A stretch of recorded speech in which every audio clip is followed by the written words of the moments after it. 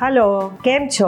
Fortune edible oil presents પારંપરિક અથાણા season 3માં આજે આપણે જોવાના છીએ આજકાલ બહુ જ પ્રચલિત અને પોપ્યુલર કહેવાય એવું ચણા મેથીનું અથાણું, અને એ બનાવશે કાન્હાસ કિચનના હેનલ પટેલ. તો આજે આપણે ચણા મેથીના અથાણાની રેસીપી જોઈશું જે ફોર્ચ્યુન ફિલ્ટર ગ્રાઉન્ડનટ ઓઇલમાં બનાવીશું. આજે આપણે 1 થી 2 એવી ટિપ્સ સાથે ચણા મેથીનું અથાણું બનાવીશું કે આખું વરસ ભૂખ પણ નહીં લાગે, કાળું પણ નહીં પડે અને જરાય બગડશે પણ નહીં. તો ચણા મેથીનું અથાણું બનાવવા માટે અહીંયા દેશી ચણા લીધા છે. તો અહીંયા અડધો કપ ચણાને આપણે એક બાઉલની અંદર એડ કરીશું અને ચણા ડૂબે ને એટલું આપણે પાણી એડ કરીશું. 2 કપ પાણી એડ કરીને ચણાને 9 થી 10 કલાક માટે પલાળી દઈશું. એ જ રીતે 1/4 કપ જેટલી સૂકી મેથીને પણ પલાળી દઈશું. બંને વસ્તુ સરસ રીતે પલળી જાય ને એને પાણીને આપણે નિતારી લઈશું. ચણા અને મેથીનું પાણી નીતરે ત્યાં સુધી આપણે એક કેરીને કટ કરવાની છે. તો અહીંયા મેં આ રીતે મીડિયમ સાઇઝની એટલે કે 250 ગ્રામ જેટલી એક કેરી લીધેલી છે. કેરી વધારે પડતી ખાટી નથી એટલે કેરીને આપણે ધોઈને પહેલાં કોરી કરીને છાલનો ભાગ કાઢી લઈશું અને એકદમ નાની નાની સાઇઝમાં કટ કરી લઈશું.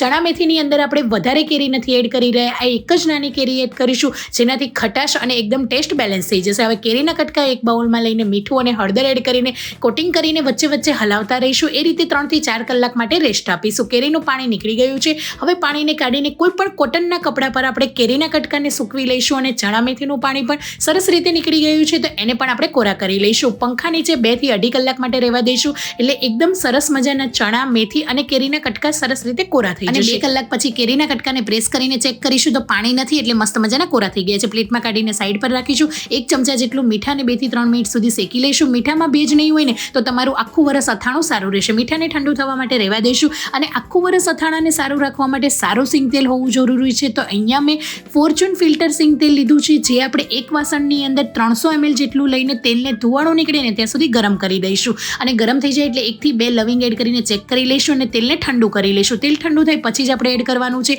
ત્યાં સુધી આપણે મસાલો બનાવી લઈશું. તો અહીંયા મેં 1/4 કપ જેટલા રાઈ મેથીના કુરિયા લીધા છે. 2 ચમચી વરિયાળી, 1 ચમચી હિંગ, મરી અને લવિંગ એડ કરીશું. 1 ચમચી જેટલી હળદર એડ કરી લઈશું અને ઠંડુ થયેલું તેલને આપણે મસાલાની ઉપર રેડી દઈશું અને ઢાંકીને 10 મિનિટ રેસ્ટ આપીશું. 10 મિનિટ પછી આપણે ખોલીને ચેક કરી લઈશું. એકદમ મસ્ત મજાનો મસાલો તૈયાર થઈ ગયો છે. હવે આપણે સૂકવેલા ચણા, મેથી અને કેરીના ટુકડા એડ કરી લઈશું અને જે શેકેલું મીઠું હતું એ ઠંડુ થઈ ગયું છે તો એને પણ એડ કરી લઈશું અને ઉપરથી 1 થી 2 ચમચી આચાર મસાલો અને તીખાશ પ્રમાણે લાલ મરચું એડ કરી લઈશું. બધી જ વસ્તુને સરસ રીતે મિક્સ કરી દઈશું અને ચમચાની મદદથી અથાણાને આ રીતે પ્રેસ કરીને 1 દિવસ માટે રહેવા દઈશું. 1 દિવસ પછી તમે જોઈ શકો છો અથાણું એકદમ મસ્ત મજાનું અને સરસ રીતે સેટ પણ થઈ ગયું છે. તો આપણું આખું વરસ માટે ભરવાનું અથાણું તૈયાર છે. તમે અથાણાને ફ્રીઝમાં કે ફ્રીઝની બહાર કાચની એરટાઇટ બોટલમાં ભરીને આખું વરસ માટે સ્ટોર કરી શકો છો. એકદમ સરસ મજાનું અથાણું આ રીતે લાલ ચટક જ રહેશે, જરાય કાળું પણ નહીં પડે અને ફૂગ પણ નહીં લાગે. તો આ વર્ષે તમે પણ આખા વરસનું અથાણું ફોર્ચ્યુન સિંગ તેલમાં બનાવીને એન્જોય કરો.